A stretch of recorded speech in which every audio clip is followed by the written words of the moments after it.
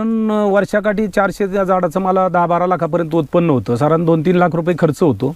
त्याच्यानंतर एक 7-8 लाखाचं फायदा आहे तसा अंजिरात. म्हणजे अंजिराला कशी काळी जमीन चालत नाही.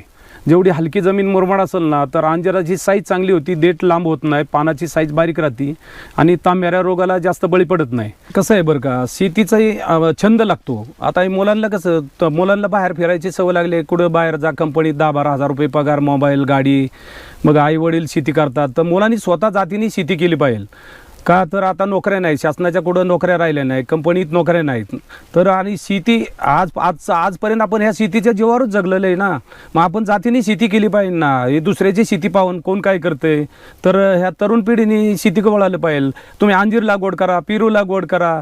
तुम्हाला ज्वारी, गहू, बाजरी ह्याच्यात परवडत नसेल तर थोडी 100 झाड लावण्यापेक्षा 50 झाडं लावा आणि चांगल्या जातीने लक्ष दिलं तर तुम्हाला भरपूर पैसे मिळतील ना. काय बाहेर जायची गरज नाही.